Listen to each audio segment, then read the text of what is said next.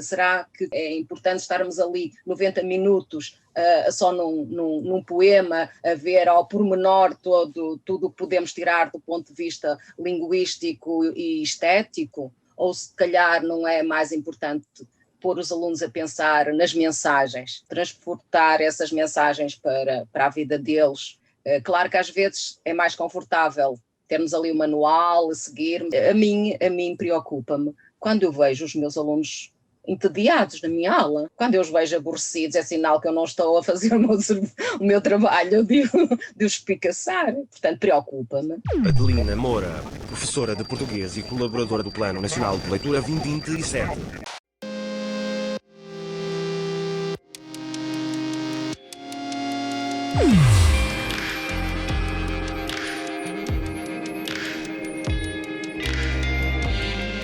Carne esperta. Eu sou o Bis, jornalista do mundo das máquinas com o objetivo de investigar a inteligência humana. Olá, vamos então começar. 1. Conte-me um exemplo de inteligência humana a acontecer. Qualquer uma das manifestações artísticas, na pintura, literatura, música, provam a evolução cultural, intelectual e espiritual do ser humano.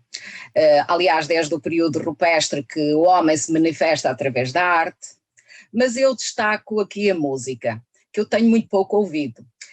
Recentemente eu vi a ópera musical do Andrew Weber, de Jesus Cristo Superstar, e impressionou-me a diversidade e a qualidade das músicas apresentadas. Eu já conhecia dos anos 70, quando eu era jovem. Impressionou-me também os cantores e os autores. De facto, nós com a música podemos rir, chorar, apaixonar-nos, libertar a alma. Mais recentemente, e agora ainda nesta época do Covid, estive no espetáculo da coreógrafa Olga Roriz, 6 meses depois, que faz aqui uma reflexão sobre a essência da humanidade, a humanidade que habita em cada um de nós, a humanidade que perdura em cada um de nós, apesar da sociedade nos consumir, nos formatar, nos massificar. Este é um outro bom exemplo da inteligência humana e das preocupações presentes e futuras. Depois também destaco que eu ando a ouvir as entrevistas de um jovem filósofo espanhol, que é o Ernesto Castro, que é um filósofo de uma modernidade absoluta. As intervenções dele são de uma tal eloquência, uma vez que ele tem 29 anos, e tem um conhecimento enorme, enorme. Eu, quando o ouço, fico a pensar, que cabeça! 2. Conte-me um exemplo de falta de inteligência humana a acontecer. Há tantos exemplos. Olha, em especial nas redes sociais. Basta só demorar um pouquinho para perceber. E muitas das notícias que abrem com os telejornais são bons exemplos, muitas vezes, de falta de inteligência humana, porque só nos mostram a parte má. Homicídios, violência, roubo, acidentes, etc. Mas vou contar um exemplo que presenciei este verão e que me arrepiou, porque, apesar de tantos avisos e toda a gente saber que o mar é perigoso, continua a acontecer. Então, no início de setembro, numa praia do norte, o mar estava mesmo bravo, estava a bandeira vermelha e, portanto, não havia condições para ir para o mar. Mas alguém se aventurou e o resultado foi que, páginas tantas, começou-se a ouvir um burburinho, estava uma série de pessoas a fazer um cordão humano para conseguirem entrar no mar e puxar essa pessoa para fora. Criou-se ali, nas pessoas que estavam no areal, um grande constrangimento e preocupação. Felizmente tudo acabou bem, mas podia não ter acabado. E, portanto, este é um exemplo que eu presenciei este ano e que não havia justificação para aquilo que aconteceu, que pôs ali toda a gente numa tensão enorme, sem necessidade. 3. Definição de inteligência. Ora bem, a inteligência é o que nos distancia da idiotice, não é? A inteligência humana pode ser definida, então, como uma capacidade da mente para aprender das experiências presentes, passadas, capacidade de nos adaptarmos a novas situações, em compreender conceitos abstratos e mais complexos. A inteligência também nos ajuda a mudar interiormente e a sermos capazes de mudar o nosso ambiente, não é? Com base nos conhecimentos que adquirimos ao longo da vida. Puxando a brasa à minha sardinha, e porque sou professora de português, é isto que nos diz Fernando Pessoa sobre a verdadeira inteligência. Agir, eis a inteligência verdadeira. Serei o que quiser, mas tenho que querer o que for. O êxito está em ter êxito, e não em ter condições de êxito. Condições de palácio tem qualquer terra larga, mas onde estará o palácio se não o fizerem ali? No livro do Desassossego temos aqui uma excelente definição de inteligência.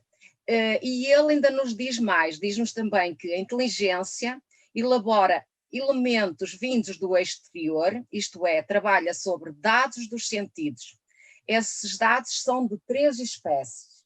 Os que são propriamente sensações, dados diretos dos sentidos, os que resultam da transmissão direta de sensações e impressões alheias, colhida no convívio social, e os que resultam de influências indiretas, impressões colhidas em livros, em museus, em laboratórios. Quando na aula perguntei aos alunos a definição de inteligência, um dos alunos disse: é ter o poder e a vontade de agir, tendo sempre vontade de aprender mais. Outros disseram Elon Musk como definição de inteligência. 4. Relação entre inteligência e conhecimento. Há mentes brilhantes ao longo da história da humanidade e atualmente também, que são capazes de acumular doses e doses de conhecimento. Quanto mais capazes formos de transformar a informação que recolhemos diariamente em conhecimento, mais capazes estamos de agir, resolver problemas de forma inteligente. Trata-se então de uma aprendizagem ao longo da vida. O desenvolvimento do pensamento crítico também é fundamental na formação dos jovens e pode ser ensinado. Fundamentar as afirmações não é o achismo, não é? É fundamentar, é ter argumentos a favor e contra, não é? A argumentação, por isso quando trabalhamos o Sermão de Santo António aos Peixes, é uma pérola da argumentação, da inteligência argumentativa, da poesia do heterónimo. Vamos pegar ali que lições desde o Carpe Diem, desde o epicurismo, portanto vão saber quem foi Epicuro, portanto faz parte da cultura, não é? Da cultura geral, conhecer os clássicos, ir lá atrás e ver que mensagens é que eles nos dão hoje, porque se nós somos o que somos porque eles lá atrás disseram e escreveram coisas fantásticas, por isso ainda os estudamos hoje, que é essa intemporalidade das obras. Mais importante é isso do que propriamente esmiuçar um poema. Se eu tivesse tempo fazia as duas coisas, mas às vezes com o tempo que tenho eu tenho que tomar decisões. Será que é importante estarmos ali 90 minutos só num poema a ver ao pormenor tudo o que podemos tirar do ponto de vista linguístico e estético? Ou se calhar não é mais importante pôr os alunos a pensar nas mensagens, transportar essas mensagens para a vida deles? Claro que às vezes é mais confortável termos ali o manual, a seguir, porque a mim preocupa-me quando eu vejo os meus alunos entediados na minha aula, quando eu os vejo aborrecidos, é sinal que eu não estou a fazer o meu trabalho de os espicaçar, portanto preocupa-me. Os alunos têm que estar ali, não sou só eu, não é? Mas às vezes eu digo assim, olha, eu já fiz o meu trabalho, porque estive a pensar nestas estratégias, agora o trabalho é vosso, é de vocês também mostrarem à professora que valeu a pena as horas que eu gastei aqui a pensar, porque olha, isto não caiu do céu, eu tive que estar ali a pensar, e portanto também quero que vocês agora valorizem esse tempo de trabalho, e portanto ao implicarem-se nas atividades estão-me a dizer obrigada professora por ter pensado nestas estratégias. 5. Relação entre inteligência e experiência. Ora bem, parece-me que à medida que vamos acumulando experiência de vida, vamos ficando mais inteligentes. Como diz o nosso Prémio Nobel da Literatura, José Saramago, diz: o jovem pode, mas não sabe. O velho sabe, mas não pode. Portanto, isto mostra muito bem esse acumular, o que mostra bem que a vida é feita de experiência, não é? De um acumular de experiência. Nós vamos acumulando experiências boas e más, e isso ajuda-nos a tomar decisões, a resolver problemas mais facilmente. Eu, quando era criança, ficava impressionada com os conhecimentos dos meus professores. Hoje sei que são resultado de um acumular de leituras, vivências, experiências e muito trabalho.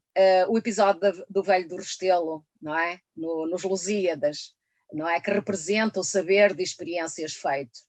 É a voz da razão, num momento de euforia e deslumbramento, parece que poderia ser agora, não é? A voz da experiência perante a irreverência, que foi a ousadia de termos saído para descobrir novos mundos. Bom, em certa medida, os seus conselhos acabaram por se revelar proféticos, pois a prosperidade das descobertas cedo se revelou fugaz, seguindo-se depois a decadência económica e até territorial. Por isso tem de haver um equilíbrio entre a razão e a aventura da emoção, ambos em proporções adequadas. Mas se nós, quando temos que tomar alguma decisão ou fazer alguma coisa, ponderássemos tudo o que deveríamos fazer com essa tal voz da razão, possivelmente nunca teríamos chegado à Lua, mas também não teríamos tido tantas guerras e tantas tormentas, porque, como sabemos, alguns dos novos caminhos também nos levaram a Hiroshima. Muito que se aprende fora da escola, que é tão negligenciado na escola, que nós não damos valor nenhum, não é? E desaproveitamos muito da aprendizagem social, não é? Fora, e nós estamos muito ali focados, às vezes, em assuntos que, se calhar, para muitos daqueles alunos não vão... Pensando um pouco, eu enquanto aluna, tanta coisa que eu aprendi que depois não me serviu para nada, não é? Pronto, mas é o todo, e como nós temos à nossa frente 28 ou 30 cabeças diferentes, não é? Nós estamos a falar ali para um grupo, e portanto este todo vai lançar a sua sementinha em cada um daqueles olhares de maneira diferente, e portanto nós temos que a escola tem que pensar na formação global do aluno, nas várias, seja intelectual, seja a nível dos valores, das atitudes, comportamento, não é? Como pessoa. É muito importante essa parte de trabalhar na sala de aula, a parte comportamental da pessoa humana, não é? A respeito da leitura, eu tenho um projeto agora que estou a fazer com os alunos, que é ler por prazer. O projeto chama-se Viciados em Livros, Ler por Prazer. O que eu propus aos alunos foi que eles me sugerissem um livro que querem muito ler, que nós na escola compramos esse livro, porque isto nunca lhes aconteceu, não é? Eles dizerem assim, eu quero ler este livro. Ok, a escola vai-me comprar este livro, carga d'água, normalmente a escola não dá nada. Não sabes que o nosso projeto é ler por prazer. Ora, ler por prazer é aquilo que nós escolhemos, e às vezes vocês têm gostos de livros que nós ainda não temos na nossa biblioteca. Então, nós vamos comprar os livros para a nossa biblioteca, segundo os vossos gostos, serem eles a dizer o que gostam de ler, e nós compramos para eles ler. Escolheram livros muito mais, com muitas mais páginas, livros com uma variedade grande de temas. Temos desde o Júlio Vernes, a Viagem ao Centro da Terra, até, por exemplo, às claques, o grupo 1143, do Andrea Sani. No ano passado houve um aluno que também pediu a Bíblia, e eu faço os 5 minutos zen no início de cada aula, para eles cortarem com a Zafra e toda aquela excitação que tem do intervalo, de vir de fora, para depois relaxarem e tratarem da sua mente, que é também isso. O meu lema é sempre, trata hoje da mente, que ela vai tratar de ti amanhã. Até porque às vezes há alunos que não têm rotinas em casa, nós sabemos que às vezes as famílias não são muito estruturadas, e às vezes só na escola é que encontram. Portanto, nós não podemos pensar que temos alunos que em casa têm muito apoio, têm os pais que sabem o que eles fazem.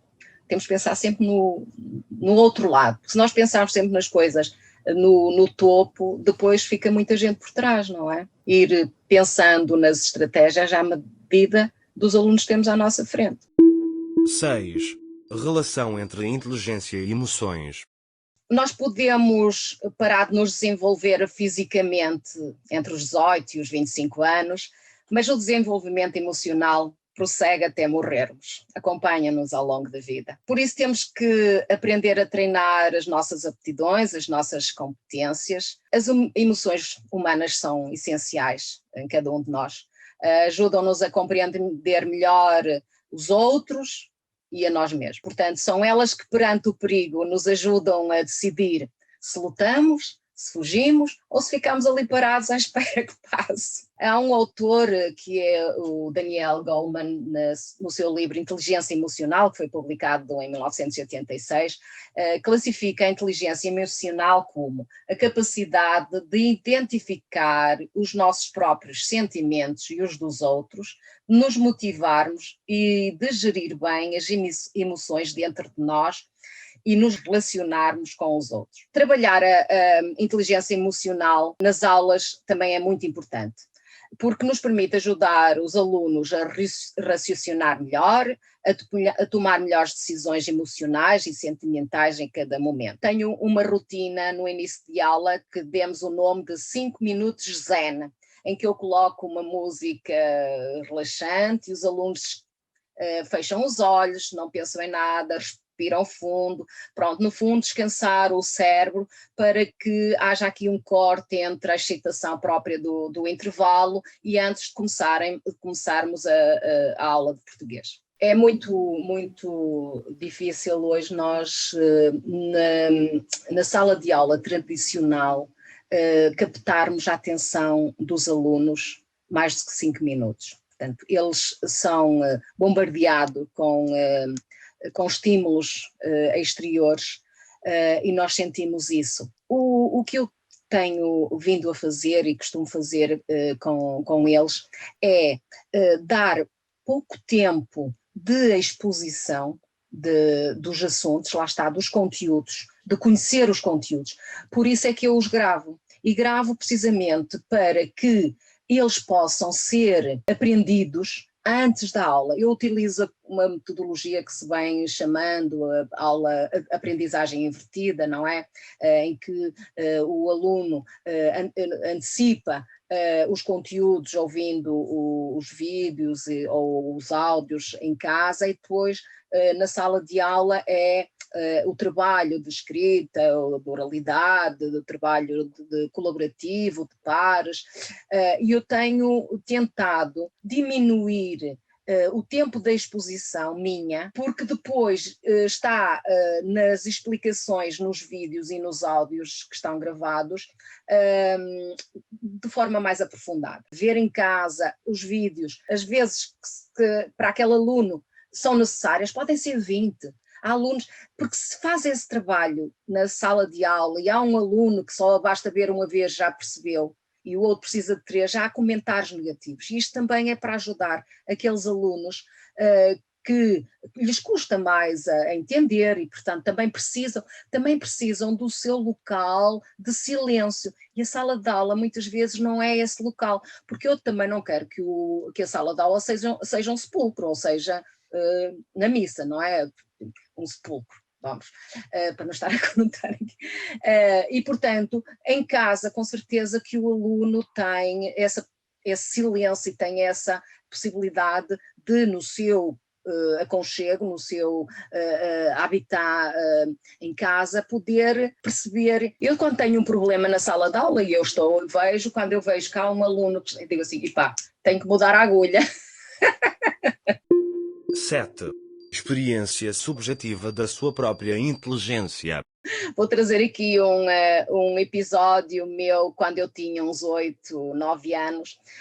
Eu vivia numa aldeia transmontana, sou de Picote, Miranda do Douro, é uma aldeia cheia de cultura e vale a pena. Tem um dos melhores miradouros sobre o Rio Douro e sobre Espanha do país. Era verão. e os meus pais saíram de casa cedo para ir ceifar e depois levar os molhos de trigo para a eira. Claro, como era pequenina, deixaram-me em casa e nessa manhã ocorreu uma ideia de preparar uma sopa e uma tortilha de ovos e batatas e levar aos meus pais que estavam na eira. Este foi um facto extraordinário na minha vida, porque, tendo a idade que tinha, eu tive que fazer lume, porque tive que fazer a sopa num pote de ferro. Portanto, o perigo que foi confeccionar aquela refeição, tendo de fazer a lareira, tendo que usar o azeite na frigideira para fazer a tortilha de ovos e batatas, que em mirandês, e eu sei falar mirandês, que é a minha língua de berço, chamamos, não é esta tortilha espanhola, chamamos torta de ovos. Este episódio mostra-me a coragem e a determinação, sendo assim tão jovem, e mostra bem a minha inteligência e o cuidado que eu tive e aqui a emoção. Quis fazer uma surpresa aos meus pais que estavam tão cedo portanto, e depois o meu contentamento, que ainda me lembro, foi de vir com eles no carro de bois, não é?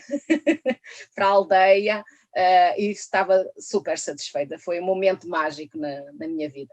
8. O que faz os humanos inteligentes para lá dos outros animais? A intuição, a capacidade de dedução e de analogia, mas não devemos esquecer de que os animais habitam a mesma casa que nós, que é este planeta, e só temos esta casa, que agora está cada vez mais pequena.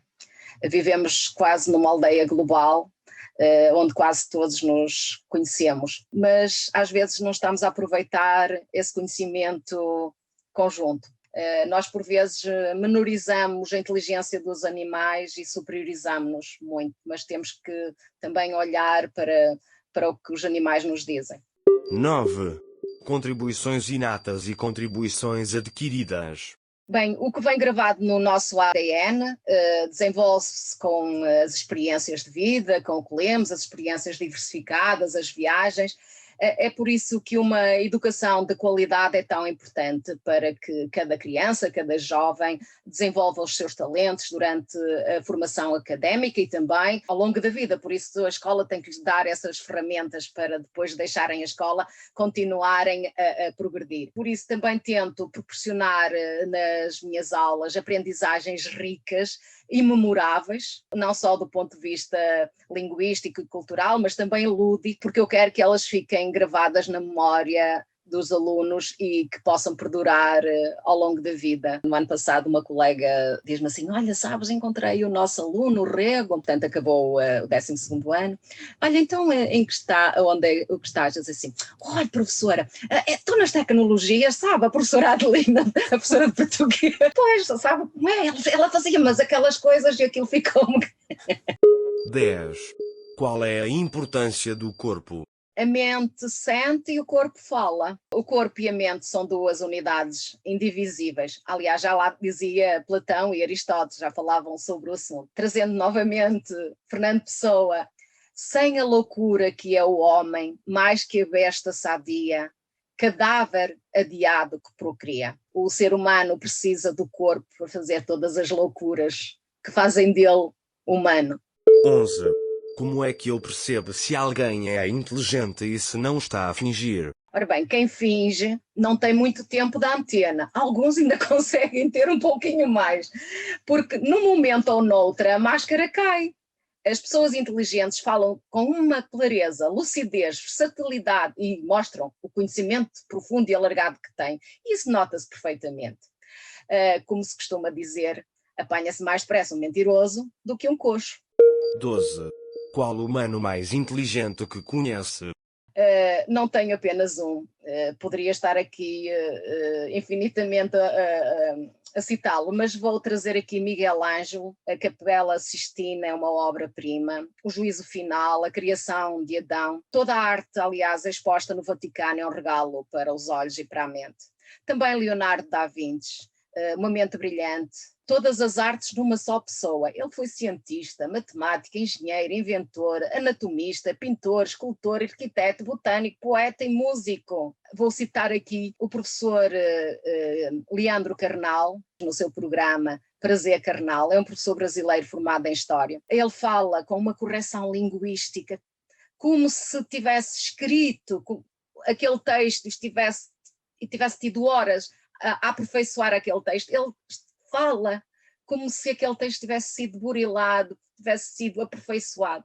Não há ali uma vírgula fora, não há uma palavra fora na oralidade. Isto é fantástico. Depois tem um conhecimento vastíssimo que impressiona. Para mim é uma delícia escutá-lo. 13. Como varia a inteligência do humano para o humano? Ao longo da vida, ao longo do ciclo de vida, a inteligência humana vai-se desenvolvendo e desenvolve-se muito, umas vezes para o bem, outras vezes para não tão bem, não é? Também criei uma rotina que é a notícia do dia, portanto, na parte de início da aula, precisamente trazemos uma notícia para podermos, cada aula, analisar, refletir e compreender um pouco sobre o nosso tempo e para podermos ser depois capazes de tomar melhores decisões na vida. Também tenho um outro propósito na aula de português, é para lhes dar material que no futuro, ao longo das aulas, eles tenham mais informação e mais conhecimento para argumentarem e para darem exemplos, porque quando escrevem eles devem dar exemplos sobre aquilo que estão a dizer. E claro, eu também aprendo muito nas minhas aulas com os alunos. 14. Como é que um humano pode aumentar a inteligência? Bem, o cérebro humano é como um músculo e é preciso exercitá-lo, não é? Como nós fazemos com o corpo, quando vamos para o ginásio, ou quando vamos para a natação, quando fazemos uma corrida ou um passeio. Ora, a leitura de bons livros que nos fazem pensar é fonte de conhecimento e também aumenta a nossa capacidade de compreender o mundo, de ficarmos mais inteligentes para encontrar soluções novas para velhos e novos problemas. A equipa do Plano Nacional de Leitura 2027, à qual tenho a honra de pertencer, com as suas comissárias, a doutora Teresa Calçada, a doutora Elsa Conde, faz um trabalho excepcional no âmbito da leitura e da escrita no nosso país. Como diz a doutora Teresa Calçada, a leitura é essencial para que o valor das palavras não se perca. Ouvir palestras e oradores extraordinários pode ajudar, as TED Talks são também exemplos, e devemos também trazer para a nossa sala de aula todos os temas, uma diversidade de temas para que os alunos não fiquem dentro daquela bolha que às vezes nas redes sociais não é? Leva a ficar sempre a pensar naquilo que nós gostamos e a opinião do outro não interessa. Por isso é muito importante e eu tenho o projeto Viciados em Livros, Ler por Prazer, precisamente para aumentar este nível de conhecimento dos meus alunos do mundo, porque o mundo está todo dentro dos livros. 15. O que ainda irrita na inteligência artificial? É dizerem que os robôs vão substituir os professores, qualquer. Nada disso. Nunca serão capazes de nos substituir a 100%, porque a parte humana que nos define somos nós, essa parte, e os robôs, tenham lá paciência. Quando nos ajuda a termos mais tempo para a ação educativa, é uma maravilha, porque, como sabemos, nós temos também muita burocracia. Então, se nos puder libertar disso... 16. Impacto positivo da inteligência artificial. Bem, o impacto não o conhecemos porque sendo algo que está em desenvolvimento, mas certamente será imenso. Sempre que leio notícias sobre a inteligência artificial a ajudar nestes campos, eu fico maravilhado.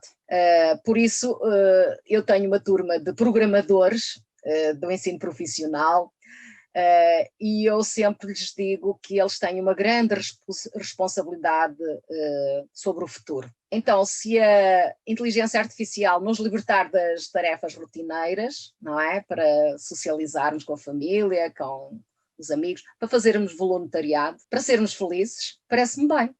Viemos a este mundo para sermos felizes. Como diz o pensador e filósofo Agostinho da Silva, Ele diz: o homem não nasceu para trabalhar, nasceu para criar. 17. Impacto negativo da inteligência artificial. Sabemos que há riscos e temos que os minimizar, não é? E enterrar a cabeça na areia com avestruz não é solução. A sabedoria humana tem de ter capacidade de impedir que o feitiço vire contra o feiticeiro.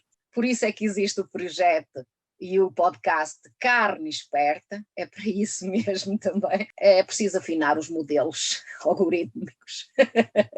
E cá estamos nós, humanos, para fazer isso. 18.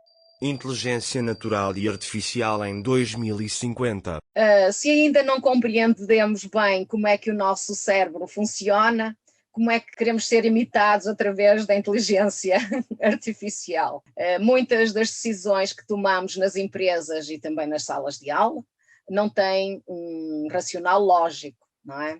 Aliás, muitas decisões têm um caráter ideológico, estratégico, moral e até utilitarista, muitas vezes, no nível das empresas. Todos nós, professores, sentimos uma grande evolução, desde quando saímos da universidade, não é? Até agora, eu estou já a fazer quase 40 anos de serviço, e quando eu leio um autor e eu reflito sobre aquilo que leio, e se eu depois não traduzo, não transformo isso para a minha sala de aula, aquela leitura não me interessou para nada, não é? O que eu faço, no fundo, é isso. As minhas estratégias são baseadas naquilo que eu vou lendo, de quem estudou, dos estudos, dos resultados. Ora, se é assim, por que é que eu vou continuar a fazer tudo da mesma maneira? Então não vale a pena ler, não vale a pena ouvir TED Talks, não vale a pena assistir a conferências. E, portanto, se nós depois também não experimentamos, achamos que só se aprende daquela maneira, como nós aprendemos. Se eu ouvi, mas não experimento, ou não sou capaz, ainda não estou, ainda está muito verde. Então, nós temos é que ter a humildade de que podemos errar e que com o errar aprendemos, não é? A educação e a escola têm que ter esse papel de educar para o mundo atual, para agora, não é? E para agora e para o futuro, portanto, para aqueles empregos que ainda não existem. Eu comecei com o Mobile Learning em 2005, já são há 15 anos. Então, eu agora é que as pessoas começam a entender o valor, não é? Esta geração agora é assim. Agora estou na fase dos jogos. Acabei estes dias de fazer um jogo sobre Fernando Pessoa, que é o que vou dar, vou iniciar agora a mensagem, e então criei um jogo.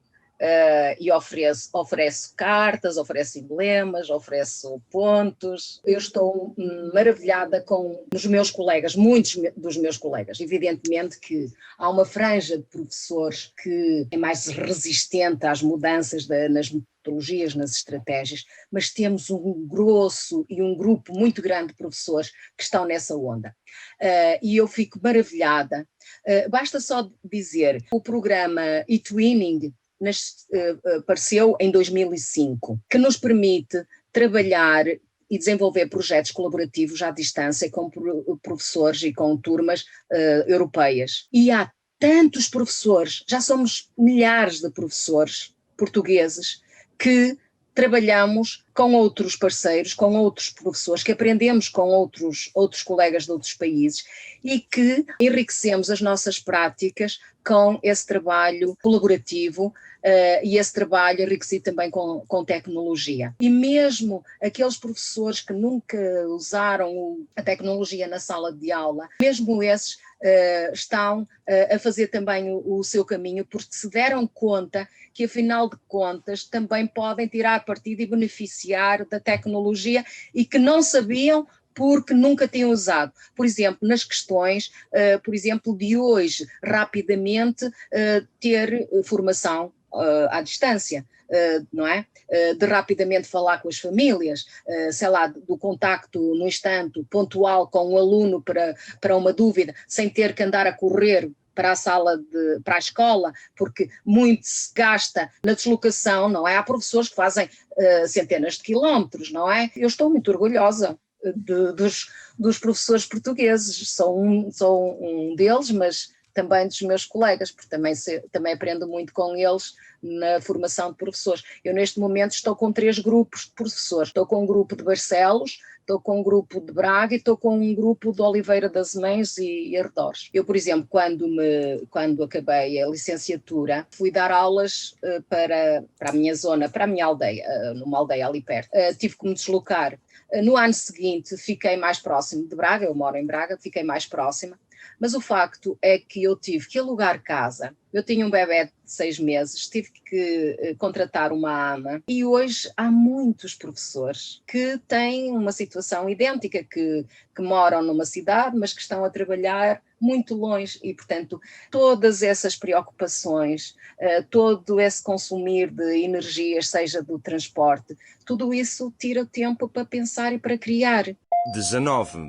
O que tem os humanos para além da inteligência? Olha, temos tanta coisa, temos o nosso coração que bate desde que nascemos até que deixarmos este mundo, o corpo que se pode contorcer como borracha no circo, os atletas olímpicos, as bailarinas que fazem do corpo o que querem, os cantores que criam sonoridades quase celestiais com as suas vozes, não é? A diversidade do colorido da nossa pele, os matizes dos nossos rostos, das nossas feições, a variedade infinita da nossa compaixão. Quanto nós temos de humanidade em cada um de nós. 20. Mensagem para os humanos que só agora nasceram. Bem, o que eu espero é que procurem conhecer melhor o ser humano, questionem-se em saber como queremos que as máquinas nos imitem, e, acima de tudo, continuem a humanidade na sua melhor versão. 21. O que me recomenda para vos perceber melhor?